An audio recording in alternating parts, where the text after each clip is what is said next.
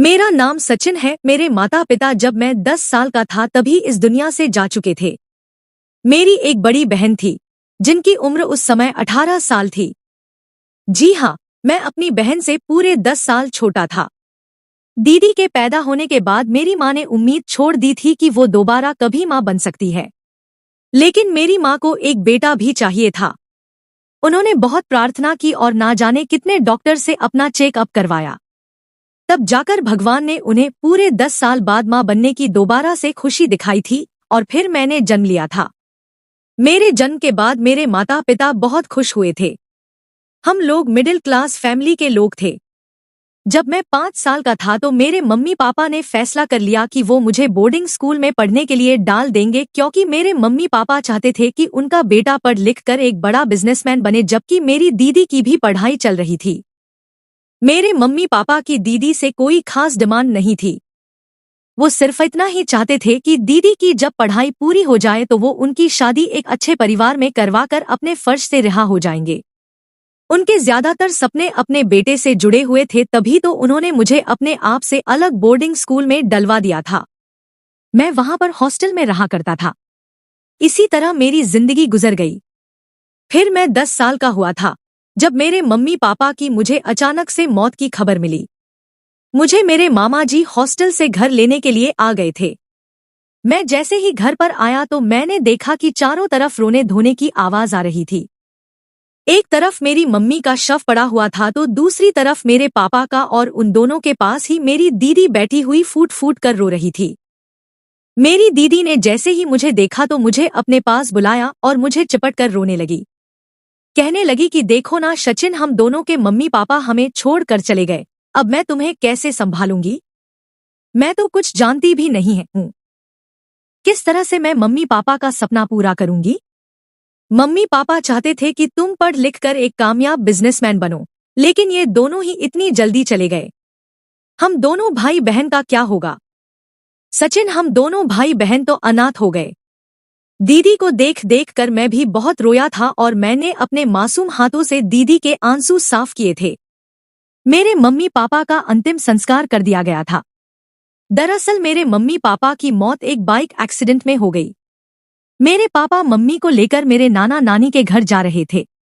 मेरे नाना नानी का घर हमारे घर से बहुत दूर था।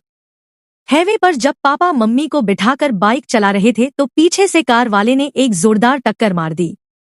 मेरे मम्मी पापा की बहुत बुरी कंडीशन हो गई थी। उन्हें अस्पताल ले जाया गया और अस्पताल में इलाज के दौरान उन दोनों ने अपना दम तोड़ दिया। वो दोनों अपने बच्चों को छोड़कर इस दुनिया से जा चुके थे। मेरे मम्मी पापा के मर जाने के बाद हमारे घर में हमारे जितने भी रिश्तेदार आए हुए थे, 2-3 दिन के बाद वो लोग भी जा चुके थे। अब घर के अंदर सिर्फ मैं और मेरी दीदी ही रह गए थे। मेरी दीदी मम्मी पापा को याद करके बहुत रोया करती थी और मुझसे कहती थी कि तुम भी चले जाओगे तो फिर मैं इस बड़े से घर में कैसे रहूंगी? मम्मी पापा के बिना तो ये घर मुझे बार बार उनकी याद का एहसास दिलाएगा। मैंने दीदी से कहा, दीदी मैं आपको छोड़कर कहीं नहीं जाऊंगा। दीदी कहने लगी कि नहीं नहीं सचिन, तुम ऐसा नहीं कर सकते।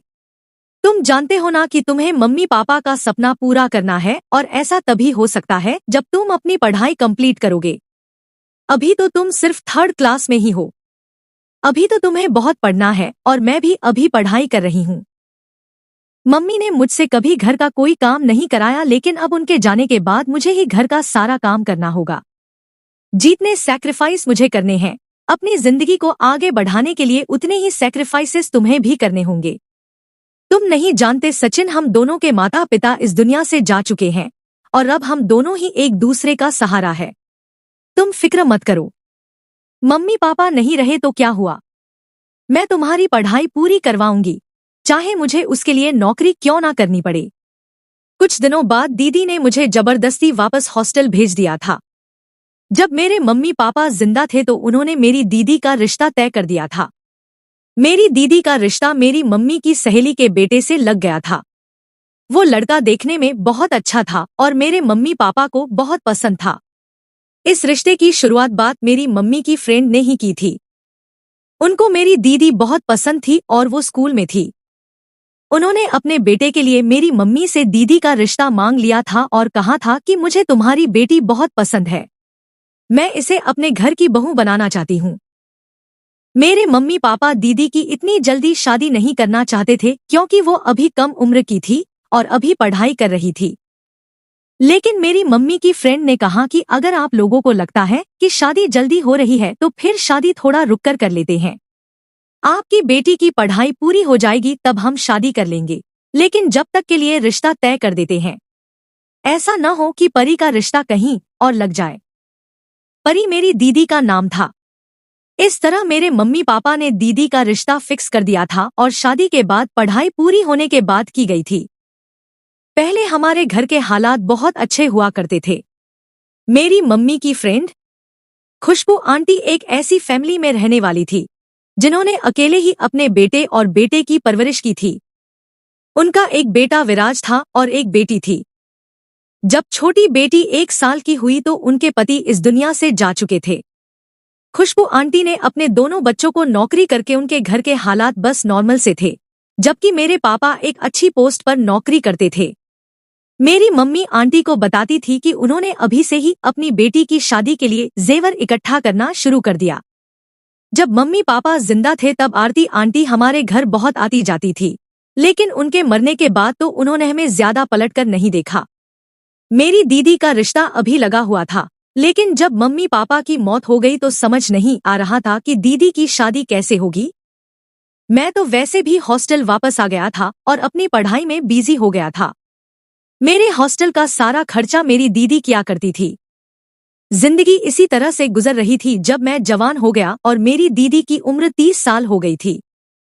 मेरी पढ़ाई पूरी हो गई थी और मुझे परमानेंट अपने घर वापस जाना था क्योंकि अब मैं नौकरी करना चाहता था। मेरी दीदी ने अपनी उम्र का एक काफी लंबा हिस्सा मेरी जिंदगी के नाम कर दिया था। उन्होंने मेरे मम्मी पापा का सपना पूरा करने के लिए अपनी जिंदगी मुझ पर न्योछावर कर दी थी और यही वजह थी कि उन्होंने शादी भी नहीं की थी। मम्मी का जितना भी जेवर था दीदी धीरे धीरे मेरी पढ़ाई पर खर्च कर चुकी थी, क्योंकि मेरी जब साल भर की फीस जमा होती थी तो उसकी रकम दीदी की 1 महीने की सैलरी से भी ज्यादा होती थी और इस सब में दीदी को अपना भी गुजारा करना होता था, इसलिए दीदी का ध्यान अपने जेवर पर जाता था। एक एक करके दीदी ने मेरी पढ़ाई के लिए अपना सारा जेवर बेच दिया था। मैं अपनी पढ़ाई पूरी करके जब दीदी के पास आया तो देखा कि घर में ताला लगा हुआ था। दरअसल मेरी दीदी और मेरी फोन पर बात होती थी। दीदी मुझे बताती थी कि मैं नौकरी पर लग गई हूँ और दिन में सुबह 10 बजे से लेकर शाम के 5 बजे तक जॉब करती हूँ और उसके बाद फिर मुझे रात के 12 बजे दोबारा से नाइट शिफ्ट करने के लिए जाना होता है और मैं रात के 1 बजे आया था क्योंकि मेरी ट्रेन बहुत लेट हो गई थी, इसलिए मुझे घर आते आते रात का 1 बज गया था। मैं समझ गया था कि दीदी अपनी ड्यूटी पर गई हुई है, इसीलिए ताला लगा हुआ है। मैंने दीदी के नंबर पर कॉल किया और उनसे कहा कि दीदी मैं घर आ गया हूँ, प्लीज आप घर आ जाओ। दीदी कहने लगी कि अच्छा ठीक है, मैं आ रही हूँ, तुम आधा घंटा वही दरवाजे पर खड़े होकर मेरा इंतजार करो। दीदी रात के 1:30 बजे तक घर वापस आ गई थी और मैं दरवाजे पर ही खड़ा हुआ उनका इंतजार कर रहा था। दीदी मुझे देखते ही खुश हुई थी। उन्होंने जल्दी से ताला खोला और फिर हम दोनों भाई बहन घर के अंदर चले गए थे। घर को देखकर मैं बहुत खुश हुआ था। फिर मैंने दीदी को बताया कि मेरी पढ़ाई पूरी हो गई है, अब कल से मुझे अपनी नौकरी की तलाश करनी है। मेरी बात सुनकर जैसे दीदी हैरान हुई थी, वो कहने लगी कि तुम्हें यहाँ पर इस शहर में रहकर नौकरी करनी है क्या? मैंने कहा जी क्या आपको मेरा यहाँ पर आना अच्छा नहीं लगा? तो दीदी कहने लगी कि नहीं नहीं, ऐसी कोई बात नहीं है, लेकिन तुम यहाँ पर नौकरी नहीं करो तो बेहतर होगा। मैंने कहा क्यों दीदी, आप ऐसा क्यों कह रही हो? तो दीदी कहने लगी क्योंकि यहाँ पर तुम्हें नौकरी नहीं मिलेंगे। मैं तो चाहती हूँ कि तुम जिस शहर में पढ़ाई करते थे वहीं कहीं नौकरी ढूंढ कर देख लो। मैंने कहा अगर मैं यहाँ नौकरी कर लूंगा तो क्या हो जाएगा? तो दीदी मुझसे कहने लगी कि यहाँ तुम्हें कोई अच्छी नौकरी नहीं मिलेंगे। मैंने कहा अरे दीदी नहीं, ऐसी कोई बात नहीं है, ढूंढने से तो भगवान भी मिलता है, मैं कोशिश करूंगा। मेरे यहाँ की जितने भी फ्रेंड्स हैं मैंने उन सब से जॉब के लिए कह दिया है कि वो मेरे लिए कोई अच्छी सी जॉब का बंदोबस्त करें। जबकि मेरे एक दोस्त की तो मुझे कॉल भी आ गई है, उसने कहा है कि वो मुझे सुबह मिलेगा। मेरी बात सुनकर दीदी परेशान होने लगी थी। ना जाने क्यों मुझे यहाँ पर परमानेंट आते हुए देखकर उन्हें ज्यादा खुशी नहीं हुई थी, और मैं जब भी यहाँ पर आता था तो दीदी कहती थी कि तुम रात को ही घर आया करो। मैं कहता था कि दीदी मुझे घर आते आते देर हो जाती है और आप भी ड्यूटी पर होती हो, तो दीदी कहती थी कि कोई बात नहीं, तुम जैसे ही पहुंचो मुझे कॉल कर दिया करो। न जाने दीदी नाइट शिफ्ट क्यों किया करती थी, जबकि सारा दिन भी वो जॉब पर ही होती थी। मैं अब यहाँ आ गया था तो मैंने दीदी से कहा था कि अब आपको जॉब करने की कोई जरूरत नहीं है, अब मैं सब कुछ किया करूंगा और आप घर में रहकर आराम करना। बस आपने बहुत नौकरी कर ली, अब आपका भाई बड़ा हो गया है और अब मुझे नौकरी करने के बाद जॉब का एक्सपीरियंस लेना है और उसके बाद खूब सारा पैसा कमाकर अपना अलग बिजनेस सेट करना है। मैं अपने मम्मी पापा का सपना पूरा करना चाहता हूँ। लेकिन दीदी कहती थी कि मैं नौकरी अभी नहीं छोड़ सकती, इतने लंबे समय से नौकरी करती आ रही हूँ, अचानक नौकरी छोड़ूंगी तो कंपनी के लोग मेरे बारे में क्या कहेंगे, इसलिए मैं चाहती हूँ कि कुछ दिनों बाद मैं नौकरी छोड़ दूं। दीदी की इस बात पर मैं राजी हो गया था, लेकिन मैंने दीदी से कहा था कि अब मुझे खुशबू आंटी से भी बात करनी है, आखिर वो कब तक शादी नहीं करेंगी। मेरी बात सुनकर दीदी के चेहरे का रंग अचानक उड़ गया था। दीदी कहने लगी कि शादी भी हो जाएगी, तुम उसकी फिक्र मत करो। लेकिन मैंने दीदी से कहा था कि खुशबू आंटी को आपकी शादी टालते हुए काफी समय हो गया। पहले मम्मी पापा के सामने तो वो चाहती थी कि कल के होते आज शादी हो जाए, लेकिन जब से मम्मी पापा की मौत हुई है उन्होंने आपकी शादी का नाम ही नहीं लिया, और फिर मेरी पढ़ाई पूरी करवाने के चक्कर में आपकी इतनी उम्र हो गई है। लेकिन आप फिक्र मत करो दीदी, मैं आपकी और सुरेश भैया की शादी को धूमधाम से करवाऊंगा। सुरेश भैया को देखे हुए मुझे काफी टाइम हो गया था। मैंने उनको बचपन में देखा था जब मैं छोटा था, और जब मम्मी पापा के सामने दीदी और सुरेश भैया का रिश्ता पक्का हुआ था। खुशबू आंटी ने दीदी और सुरेश भैया की एंगेजमेंट भी कर दी थी, मगर अब उन्हें ना जाने क्या हो गया था, वो शादी के लिए तैयार ही नहीं हो रही थी। और फिर मम्मी पापा के मरने के बाद दीदी ने भी शादी का टाइम आगे बढ़ा दिया था। उन्होंने अपनी सास से कहा था कि अब उनके ऊपर उनके भाई की जिम्मेदारी आ गई है, अगर वो शादी कर लेंगी तो उनके भाई का ध्यान कौन रखेगा, इसलिए वो अभी शादी नहीं करना चाहती। बस तब से ही खुशबू आंटी को बहाना मिल गया था और अब वो बिल्कुल भी शादी का नाम नहीं ले रही थी, और उन्हें हमारे घर आए हुए भी काफी समय हो गया था। अब तो सुना था कि वो दूसरे शहर में रहती हैं। अगले दिन मैं अपना इंटरव्यू देने के लिए गया तो वहां पर मेरी काबिलियत देखते हुए मुझे जल्दी नौकरी मिल गई थी। मैं बहुत खुश हुआ था और सोचा कि सबसे पहले ये खबर दीदी को जाकर सुनाता हूँ। लेकिन जैसे ही मैं घर आया तो दीदी अपनी जॉब पर जा चुकी थी। मैं शाम के 5 बजने का इंतजार करने लगा। दीदी घर आई तो मैंने उनसे बात की और उनको ये खबर सुनाई। दीदी बहुत खुश हुई थी। फिर उसके बाद दीदी ने खाना बनाया और हम दोनों भाई बहन ने खाना साथ बैठकर खाया था। फिर मैं अपने दोस्तों के साथ बाहर घूमने चला गया, मगर जब मैं अपने दोस्तों के पास गया तो एक अजीब सी बात मेरे सामने आई थी। हम 3 दोस्त हैं। मैं जब भी यहाँ आता था अपने उन तीनों दोस्तों से जरूर मिलता था। मेरे 2 दोस्तों पहले ही मेरा इंतजार कर रहे थे और एक कभी आया ही नहीं था। उसको कॉल करके बुलाया गया तो थोड़ी देर के बाद वो आ गया और मेरे दोनों दोस्तों से वो कहने लगा कि अरे तुम लोग इसके साथ कहाँ घूमने जा रहे हो। तो मैंने कहा कि हम सब लोग एक साथ जाएंगे हमारे शहर के मशहूर ढाबे की मैगी खाने। मेरी बात सुनकर उसने अपना मुंह बिगाड़ लिया और बाकी दोनों दोस्तों से कहने लगा कि तुम इसकी सच्चाई जानते हो फिर भी इसके साथ घूमने के लिए जा रहे हो। उसकी बात सुनकर मेरे दोनों दोस्तों की आंखें झुक गई थी। मैं चौंक गया। मैंने कहा कैसी सच्चाई? तो वो दोनों लड़के कहने लगे कि ये सही कह रहा है सचिन, हम तुम्हारे साथ नहीं जा सकते। मैंने कहा क्या हो गया है तुम लोगों को? तो मेरा दोस्त कहने लगा कि ये बात तो तुम अपनी बहन से जाकर पूछो। हम ऐसे लड़के के साथ दोस्ती नहीं रखना चाहते जिसकी बहन इतनी बिगड़ी हुई है। हम शरीफ माता पिता के बेटे हैं। ये कहकर वो तीनों वहां से चले गए थे और मैं वहां पर हैरान खड़ा रह गया था और सोच रहा था कि ये लोग मेरी दीदी के बारे में ऐसी बातें क्यों कर रहे हैं। मेरी कुछ समझ नहीं आया था और मैं घर वापस आ गया था। मैं जैसे ही घर आया तो दीदी अपने जाने की तैयारी कर रही थी। मैंने नोटिस किया था कि दीदी जब भी अपनी नाइट ड्यूटी पर जाती थी तो अच्छे से कपड़े पहनकर और खूब मेकअप करके जाती थी। मैं दीदी को बड़े गौर से देख रहा था। मैं जानता था कि वो ड्यूटी पर जा रही हैं। लेकिन फिर भी मैंने उनसे पूछा कि दीदी आप इतनी रात को कहाँ जा रही हो?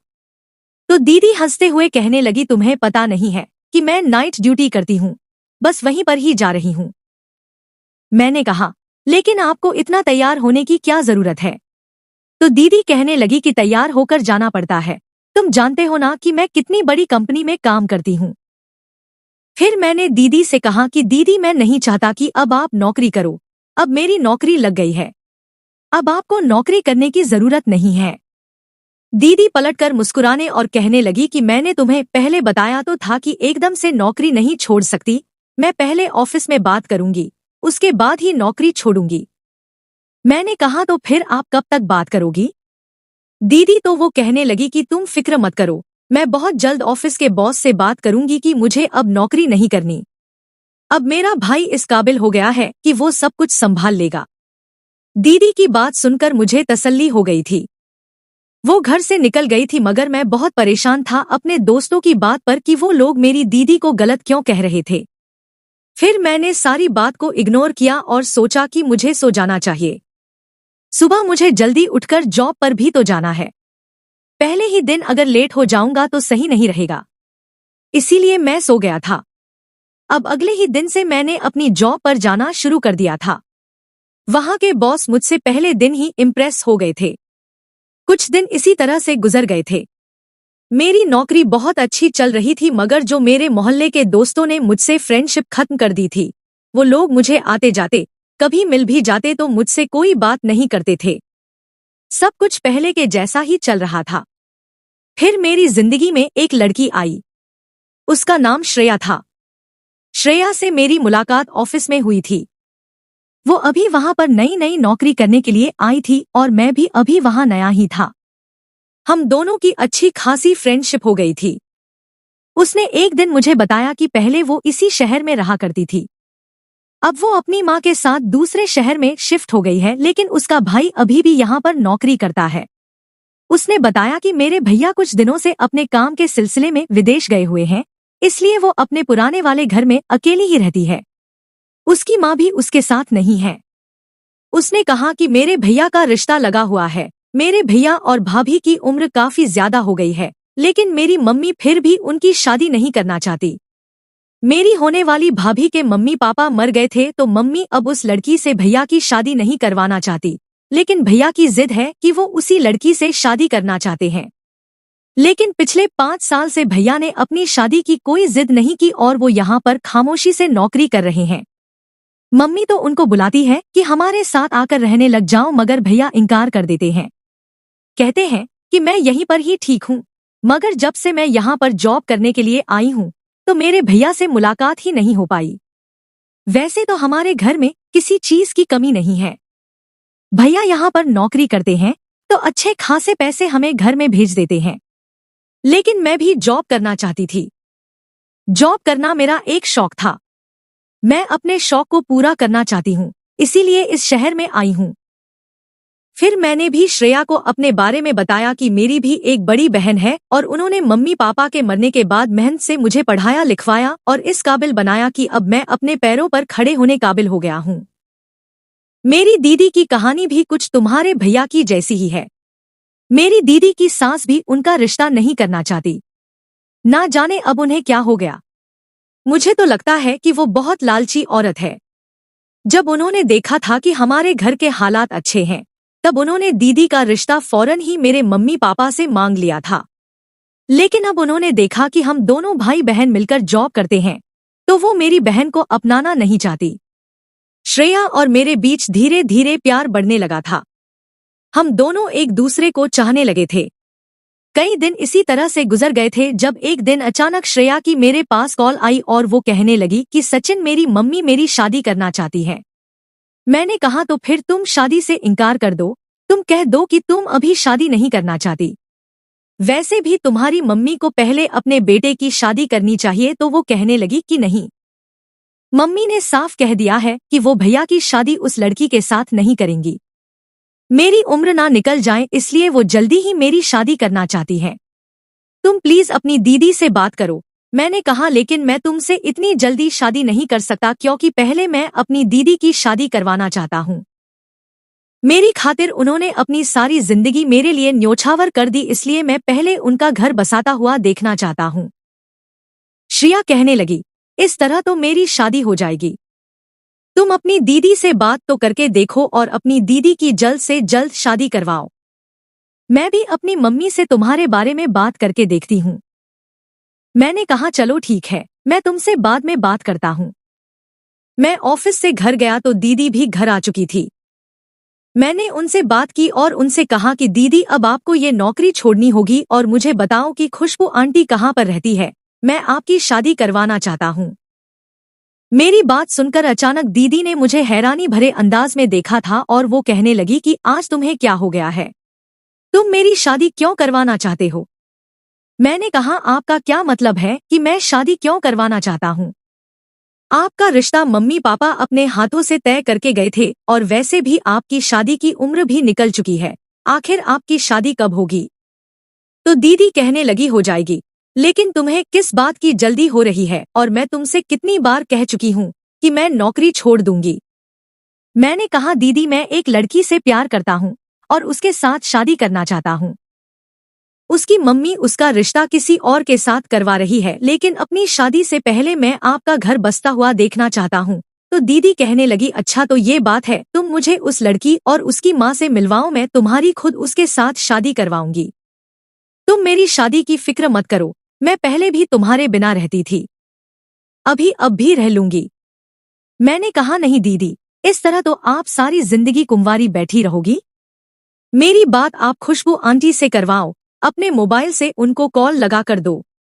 दीदी कहने लगी कि ये रहा मेरा मोबाइल, लो तुम खुद उनको कॉल लगा लो। मैंने दीदी का मोबाइल लिया और खुशबू आंटी के नंबर को डायल किया तो उनका नंबर स्विच ऑफ जा रहा था। मैंने कहा नंबर तो बंद जा रहा है, तो दीदी कहने लगी कि उन्हें अपने बेटे की शादी मेरे साथ नहीं करवानी है, इसलिए उन्होंने काफी लंबे समय से अपने नंबर को स्विच ऑफ करके रख दिया है ताकि मैं उनको कॉल न कर सकूं और अब तुम मेरी शादी को भूल जाओ। मैं खुश हूँ, अपनी नौकरी कर रही हूँ और अपने पैरों पर खड़ी हूँ, इसलिए अपना गुजारा आसानी से कर सकती हूँ और मेरी शादी भी हो जाएगी। तुम इसकी परवाह मत करो। और वो लड़की कौन है? जरा मुझे भी उसकी फोटो दिखाओ, मैं भी तो देखूं मेरे भाई ने किस लड़की को पसंद किया है। मैं अपने मोबाइल में दीदी को श्रेया की फोटो दिखाने ही जा रहा था। इतनी देर में अचानक मेरे बॉस की कॉल आ गई और मैं उनसे बात करने के लिए घर से बाहर निकल गया क्योंकि घर के अंदर मुझे बॉस की आवाज नहीं आ रही थी। मैं अभी बॉस से बात कर ही रहा था कि हमारे पड़ोस वाले कुछ लोग मुझे बड़ी घूर घूर कर देख रहे थे। मैं बड़ा हैरान हुआ था और उनके करीब जाकर कहने लगा कि क्या हुआ भाई साहब, आप मुझे बड़ी घूर घूर कर देख रहे हो? तो वो आदमी कहने लगा कि कुछ नहीं, बस ये देख रहा हूँ कि भाई तू इतना शरीफ है और बहन छी छी न जाने कैसे काम करती है। मैंने कहा आपका क्या मतलब है मेरी दीदी से? तो वो कहने लगा कि अच्छा सारा मोहल्ला तुम्हारी बहन की सच्चाई जानता है, तुम्हें नहीं पता अपनी बहन के बारे में कि वो सच संवर के ना जाने कहाँ जाती है, जरूर गलत ही काम करती होगी, तभी तो इतनी उम्र हो जाने के बाद भी शादी नहीं कर रही है। वो आदमी ये बात कहकर अपने घर के अंदर चला गया था, लेकिन मुझे बहुत गुस्सा आ रहा था। लोगों की ये बातें सुनकर मेरा खून खौल रहा था। इससे पहले भी मेरे दोस्त मेरी बहन के बारे में ऐसी बातें कर चुके थे। इसका मतलब यही था कि मेरी दीदी कोई गलत काम करती है। मैं गुस्सा होते हुए घर के अंदर नहीं गया बल्कि दुकान से सिगरेट लेने के लिए चला गया था। आज पहली बार मुझे बहुत गुस्सा आ रहा था और फिर रात के टाइम जब मैं घर में दाखिल हुआ तो दीदी अपनी ड्यूटी पर जाने के लिए तैयार हो रही थी। मैंने दीदी से कहा कि आज आप ड्यूटी पर नहीं जाओ। मेरी बात सुनकर दीदी कहने लगी कि क्या हो गया है, बड़े गुस्से में लग रहे हो और मैं तुम्हारा खाने पर कितनी देर तक इंतजार करती रही, तुम नहीं आए और मैंने तुम्हें कितनी सारी कॉल्स की, तुमने मेरी कॉल भी रिसीव नहीं की। मैंने कहा कि मुझे भूख नहीं है और अब से आप ड्यूटी पर नहीं जाओगी, बस घर में रहो। मुझे बताओ खुशबू आंटी कहाँ रहती है, कल मैं वहाँ जाकर उनसे आपके रिश्ते की फाइनल बात करके आऊंगा। अगर वो अपने बेटे की शादी आपके साथ करवाना चाहती है तो ठीक है, वरना मैं आपके लिए कहीं और रिश्ता तलाश करता हूँ। मेरी बात सुनकर दीदी गुस्सा करते हुए कहने लगी कि मैंने तुमसे कितनी बार कहा है कि ना तो मैं अभी जॉब छोड़ सकती हूँ और ना ही मुझे अभी शादी करनी है।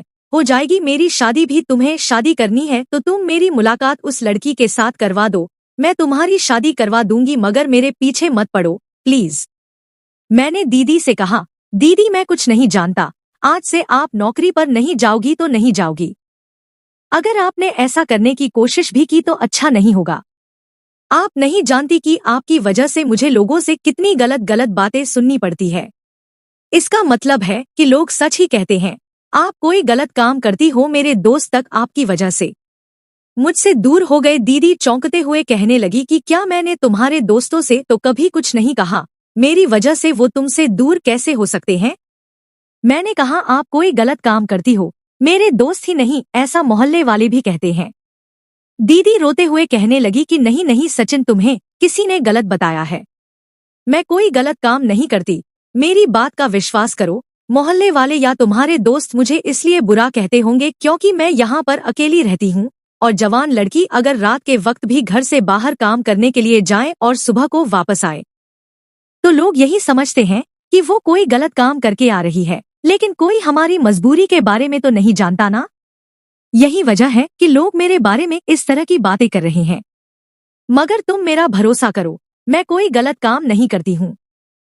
मैंने कहा अच्छा ठीक है, मैं आपकी बात पर भरोसा कर लूंगा, लेकिन आपको ये नौकरी छोड़नी होगी। आप क्या काम करती हो ये तो आप ही जानती होगी। दीदी अपनी जिद पर अड़ी हुई थी कि वो इतनी जल्दी नौकरी नहीं छोड़ सकती।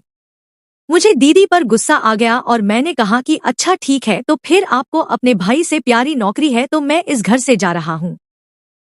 फिर आप यहाँ पर जैसे पहले अकेली रहती थी ऐसे ही रहो। मुझमें लोगों की बातें सुनने की क्षमता नहीं है। मैं गुस्से से घर से बाहर निकल आया था और दीदी मुझे रोकती रह गई थी।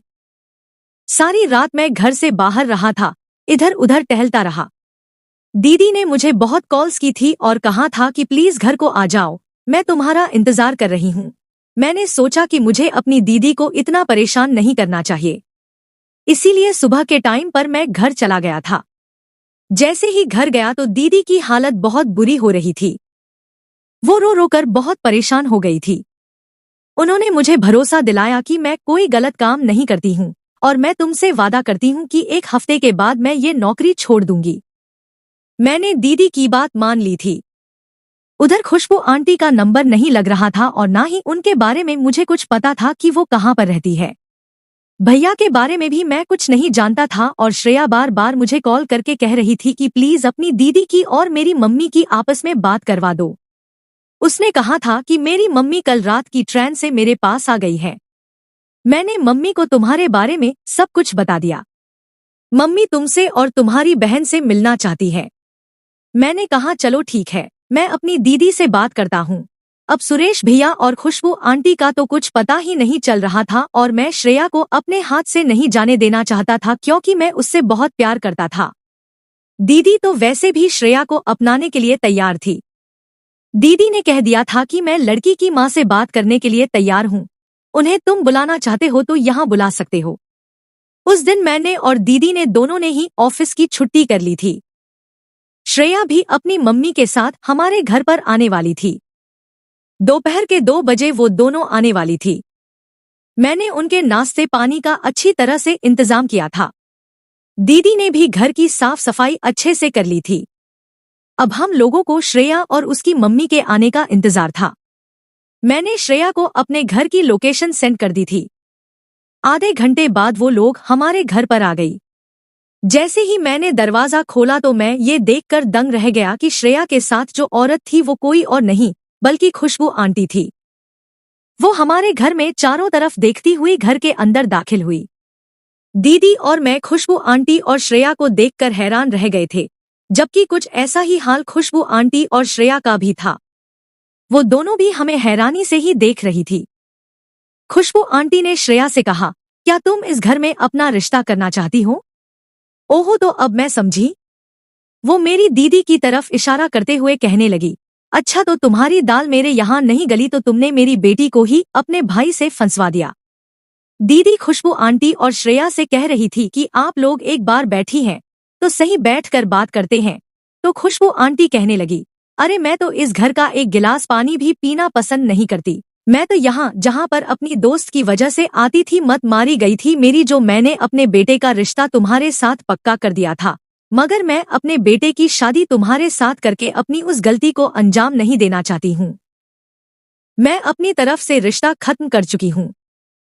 अब मैं दोबारा से वो गलती नहीं करना चाहती। मैं अपनी बेटी को इस घर में कभी भी नहीं दूंगी। मुझे खुशबू आंटी की बात सुनकर गुस्सा आ गया और मैंने कहा, तो फिर आपने अपने बेटे का रिश्ता मेरी दीदी के साथ फिक्स क्यों किया था, और आपके सहारे मेरी दीदी न जाने कब से कुंवारी बैठी हुई है।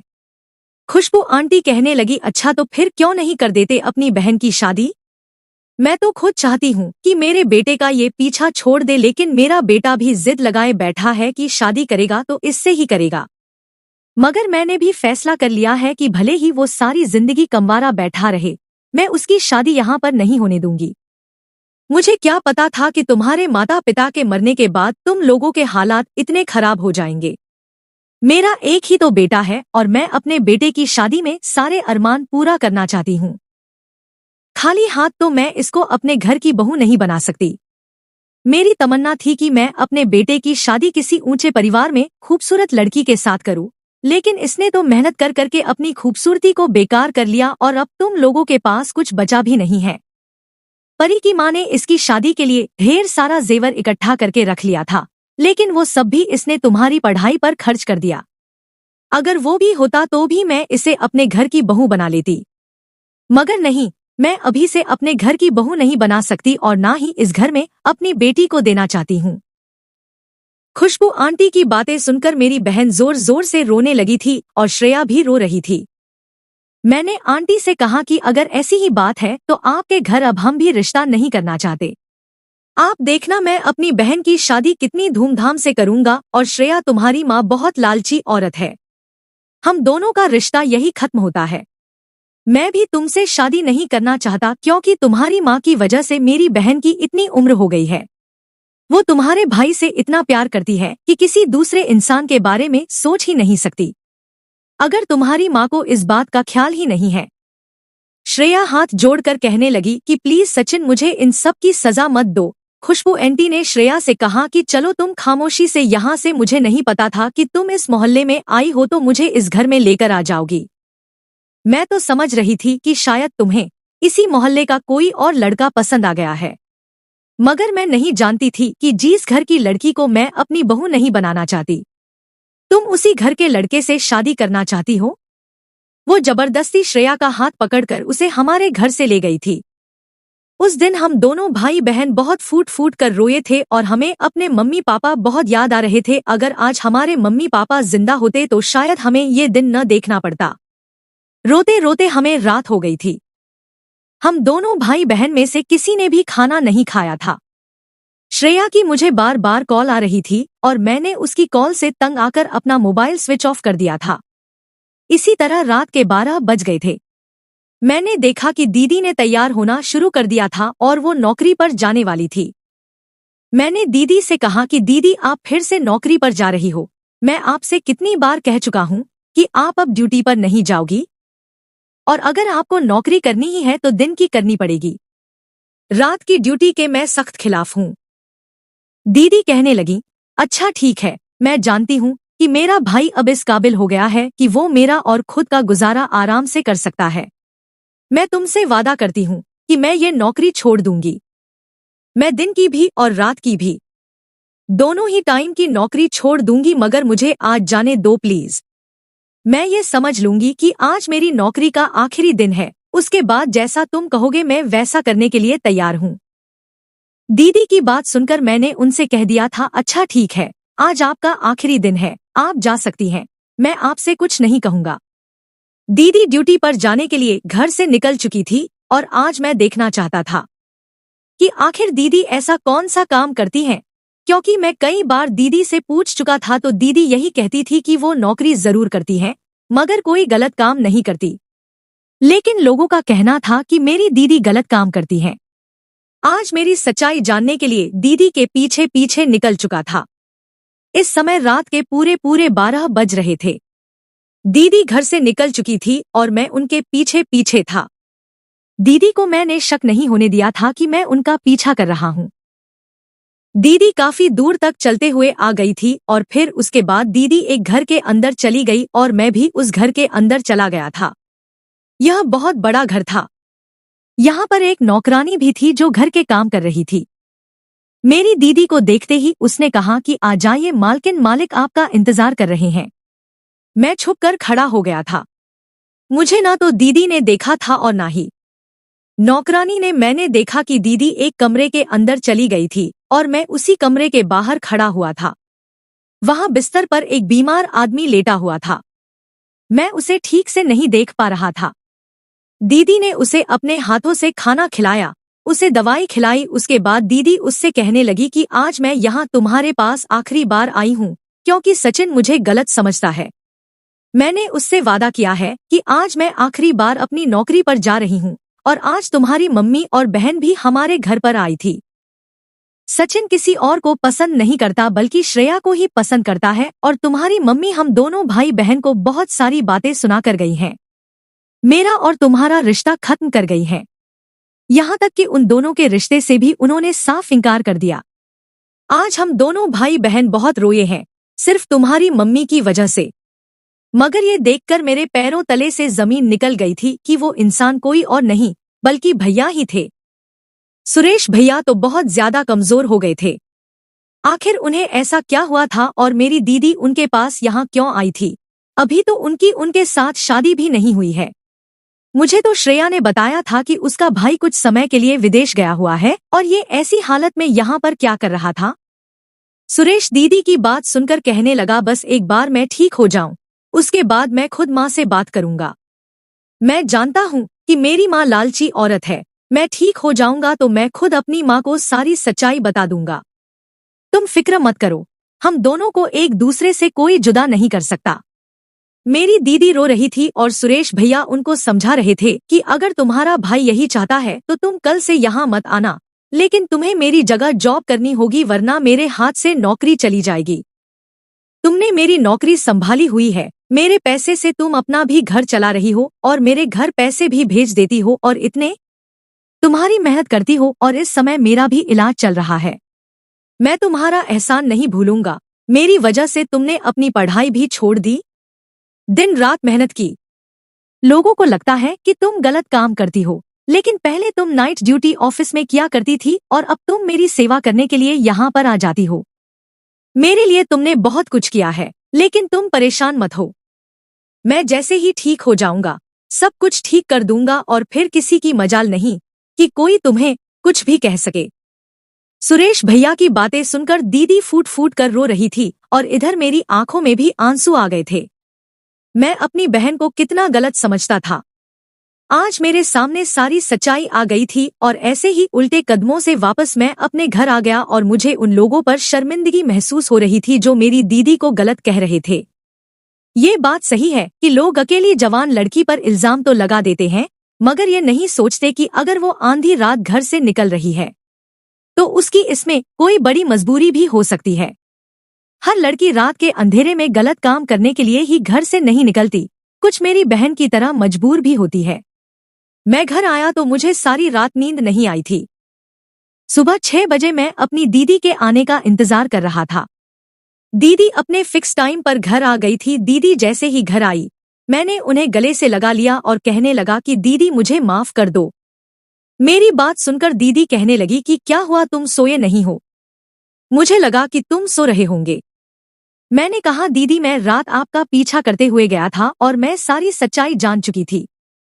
मुझे माफ कर दीजिए, मैंने आपके साथ कई बार बदतमीजी की है, लेकिन अगर आप मुझे ये सब कुछ बता देती तो शायद मैं आपको कभी गलत नहीं समझता। दीदी कहने लगी कि मैं कैसे तुम्हें ये सब बताती। सुरेश का एक्सीडेंट हो गया था और उसके बहुत चोट आई थी। जब तुम यहाँ आए तो मैंने सोचा भी था कि तुम्हें ये बात बता दूं, लेकिन ये सोचकर नहीं बताई कि तुम मुझे गलत समझोगे और फिर ऐसा ही हुआ। तुम दूसरों की बातों में आकर मुझे गलत समझने भी लगे थे, इसीलिए तुम्हें बता रही थी कि मैं गलत नहीं हूँ और ना ही कोई गलत काम करती हूँ। खुशबू आंटी ने सुरेश से मना किया हुआ था कि वो उसकी शादी मेरे साथ नहीं करवाएंगे, क्योंकि अब हम लोग पहले की तरह खाते पीते लोग नहीं रहे। सुरेश जिस कंपनी में नौकरी करता था वो वहां पर असिस्टेंट मैनेजर बना दिया गया था। वहां उसकी सैलरी बहुत ज्यादा थी। मम्मी पापा के मर जाने के कुछ समय के बाद खुशबू आंटी इस शहर को छोड़कर दूसरे शहर में शिफ्ट हो गई, लेकिन सुरेश फिर भी यहीं पर नौकरी करता रहा। वो हर बार आंटी से यही कहता कि मेरी और परी की शादी कब करवाओगी, मगर खुशबू आंटी कहती थी कि अब हम उन लोगों से कोई रिश्ता नहीं रखना चाहते। उन्होंने अपनी बेटी को भी पाला, उसकी पढ़ाई कंप्लीट करवाई। सुरेश ने जब जिद बांध ली थी कि वो मेरे अलावा किसी से शादी नहीं करेगा, इसलिए वो अपनी माँ से दूर यहाँ रहकर नौकरी करता रहा और इस तरह मुझसे भी मिलता रहा।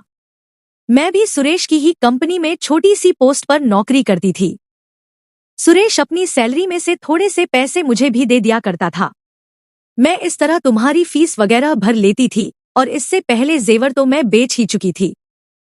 कई साल फिलहाल इसी तरह से गुजर गए। खुशबू आंटी हम दोनों की शादी करने का नाम ही नहीं ले रही थी और मैं अपनी माँ और बहन से बिल्कुल अलग रह रहा था। उन लोगों से मिलने नहीं जाता था, उनको अपनी सैलरी भिजवा दिया करता था। मेरे पास कुछ पैसे मेरी सैलरी के होते थे और थोड़े से पैसे वो मुझे भी दे दिया करता था। उन पैसों से मुझे तुम्हारी पढ़ाई करवाना बहुत मुश्किल हो रहा था, इसलिए मैंने ही कंपनी में नाइट ड्यूटी करना शुरू कर दी थी। ऑफिस में जितना भी काम होता था मैं रात को जाग कर किया करती थी। जिंदगी से तरह से गुजर रही थी। सुरेश खुशबू आंटी को मनाते मनाते थक गया था, मगर वो नहीं मान रही थी। इसलिए उसने फैसला किया था कि अब वो मेरे साथ खामोशी से शादी कर लेगा और इस तरह उसे मुझसे कोई अलग नहीं कर सकेगा और फिर हम दोनों का रिश्ता भी जायज होगा। हम दोनों दुनिया वालों के सामने खुलकर एक दूसरे से मिल सकेंगे। मैंने इस बारे में तुम्हें नहीं बताया था क्योंकि सुरेश ने मुझे मना कर दिया था। उसने कहा कि अभी वो अपना बिजनेस अलग से सेट कर रहा है, वो इस काम में कामयाब हो जाए फिर वो खुशी खुशी ये खबर अपनी माँ और तुम्हें भी बता देगा। लेकिन ऐसा नहीं हो सका। सुरेश अपना बिजनेस सेट ही करने वाला था कि तुम्हारे आने से 2 महीने पहले सुरेश का एक कार एक्सीडेंट हो गया। इतना खतरनाक एक्सीडेंट हुआ कि सुरेश उसमें बुरी तरह से घायल हुआ था। डॉक्टर्स ने कहा था कि सुरेश का खास ख्याल रखना पड़ेगा। सुरेश ने कहा था कि मेरी मम्मी और बहन मेरे एक्सीडेंट की खबर सुनकर बहुत परेशान हो जाएंगी, इसलिए सुरेश ने उनको बता दिया था कि वो इस समय कामकाज के सिलसिले में विदेश गया हुआ है और फिर वो अस्पताल से डिस्चार्ज होने के बाद अपने घर नहीं गया बल्कि अपने एक दोस्त के घर चला गया था, जहां पर उसने अपना ख्याल रखने के लिए एक नौकरानी रखी थी। सारा दिन नौकरानी सुरेश का ख्याल रखती थी, लेकिन रात को मैं उसका ख्याल रखने के लिए चली जाती थी। तब नौकरानी अपने घर चली जाया करती थी और दिन में उसने मुझसे कहा था कि तुम मेरी जगह मेरी पोस्टपेड नौकरी करो, मैं ऑफिस में बात कर लूंगा। इस तरह तुम्हें मेरी जितनी ही सैलरी मिल जाएगी। मेरी सैलरी तुमसे कई गुना ज्यादा है, तुम उसमें से अपने भी पैसे निकाल लेना और मेरी माँ को भी भेज देना। उसने कहा था कि अगर तुमने मेरी नौकरी नहीं की तो मेरी नौकरी फिर किसी और के हवाले कर दी जाएगी। मैं ठीक हो जाऊंगा तो मैं अपनी पोस्ट पर दोबारा जा सकता हूँ। मैंने सुरेश की जगह उसके ही ऑफिस में नौकरी करने की जिम्मेदारी ठान ली थी। मैं भी काबिल थी, इसलिए मुझे आसानी से सुरेश की जगह असिस्टेंट मैनेजर की नौकरी मिल गई थी और इस तरह मैं अपना गुजारा कर रही थी और अपने पति का भी ख्याल रख रही थी। अभी तक खुशबू आंटी ये नहीं जानती कि हम दोनों की शादी हो गई है और ना ही खुशबू आंटी को ये पता है कि उनका बेटा बहुत लाचार है। भगवान की कृपा से विराज जल्दी ही ठीक हो जाएगा और अब उसने सोच लिया है कि वो मुझे लेकर कहीं दूर चला जाएगा। मैं भी चाहती हूँ कि तुम्हारी शादी श्रेया के साथ करवा दूं, मगर खुशबू आंटी तो इस रिश्ते से साफ इनकार कर गई है। दीदी की बात सुनकर मैंने कहा कि दीदी आप फिक्र मत करो, अब आपको परेशान होने की जरूरत नहीं है। सुरेश भैया की सेवा मैं किया करूंगा और आप उनकी जगह ऑफिस में जाकर नौकरी करना। रात को मैं सुरेश भैया के पास चला जाया करूंगा। इस तरह हम दोनों भाई बहन ने मिलकर सुरेश को पूरी तरह से ठीक कर लिया था और फिर सुरेश भैया और मेरी दीदी एक साथ अपनी जिंदगी में खुश हो गए थे। सुरेश भैया ने सारी सच्चाई अपनी माँ को बता दी थी। उन्होंने इस बात पर गुस्सा तो बहुत किया था, लेकिन फिर वो एक दिन खुद ही अपनी बेटी का रिश्ता मेरे लिए लेकर आ गई और उन्होंने अपने किए की माफी हम सब लोगों से मांग ली थी। ऐसा इसलिए था क्योंकि श्रेया मेरी मोहब्बत में पागल हो गई थी जब उसे पता चला कि उसकी माँ ने उसके भाई की भी शादी मेरी बहन के साथ नहीं होने दी और फिर उन दोनों की इस वजह से इतनी उम्र हो गई। उसे लगता था कि उसकी माँ मुझे भी श्रेया से अलग कर देंगी, इसलिए श्रेया ने अपने आप को नुकसान पहुंचाने की कोशिश की थी। खुशबू आंटी श्रेया से बहुत पीछे की थी, प्यार करती थी, इसीलिए वो अपने बेटे की जिद के आगे हार गई थी। एक समय था जब उन्होंने अपने बेटे की जिद नहीं मानी थी, मगर बेटी ने ऐसा मकाम पैदा कर दिया था कि उन्हें अपने बेटे की जिद माननी ही पड़ गई थी और फिर उन्हें झुकना ही पड़ गया था। जब खुशबू आंटी को पता चला कि मेरी दीदी ने उनके बेटे का कितना ख्याल रखा और खुद मेहनत करके उन्होंने उनके बेटे की पोस्ट की सैलरी उन्हें हर महीने भिजवाई और उनके बेटे का भी ख्याल रखती रही, तब उनके दिल में दीदी के लिए मोहब्बत पैदा हो गई थी और इस तरह उन्होंने दीदी को अपनी बहू एक्सेप्ट कर लिया और फिर मेरी शादी श्रेया के साथ करवा दी। सुरेश भैया ने अपना बिजनेस अलग से सेट कर लिया है। सुरेश भैया जब नौकरी किया करते थे तब भी उनकी अच्छी खासी सैलरी थी और वो अपनी सैलरी जब अपने घर भिजवाते थे तब खुशबू आंटी को घमंड हुआ करता था कि मेरा बेटा ज्यादा पैसे कमाता है, इसीलिए उन्होंने मेरी दीदी को रिजेक्ट कर दिया था। लेकिन अब सब कुछ नॉर्मल हो गया। खुशबू आंटी को अपने किए पर पछतावा होता है और सुरेश भैया दीदी भी बहुत खुश हैं और मैं अपनी पत्नी श्रेया के साथ आज बहुत खुश हूँ। इस तरह हम दोनों भाई बहन की जिंदगी बहुत खुशहाल गुजर रही है। खुशबू आंटी भी हम सब लोगों से बहुत प्यार करने लगी है और पुरानी सारी बातें सब कुछ भूल गई है। लेकिन मुझे अफसोस उन लोगों पर होता है, लोगों ने मेरी दीदी पर गलत इल्जाम लगाए थे। कभी भी हमें किसी पर सिर्फ शक की बुनियाद पर इल्जाम नहीं लगाने चाहिए। मेरी दीदी ये सब कुछ मजबूरी में कर रही थी और लोग समझते थे कि मेरी दीदी गलत काम कर रही है।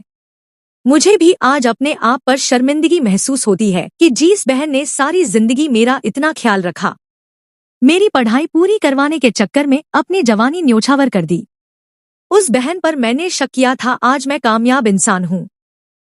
सिर्फ अपनी बहन की वजह से मेरे मम्मी पापा ने जो सपना देखा था वो सिर्फ मेरी बहन की वजह से पूरा हो सका था। भगवान मेरे जैसी बहन सबको दे। मित्रों, अगर वीडियो अच्छी लगी तो लाइक करें और चैनल को सब्सक्राइब करें। वीडियो के अंत तक बने रहने के लिए धन्यवाद।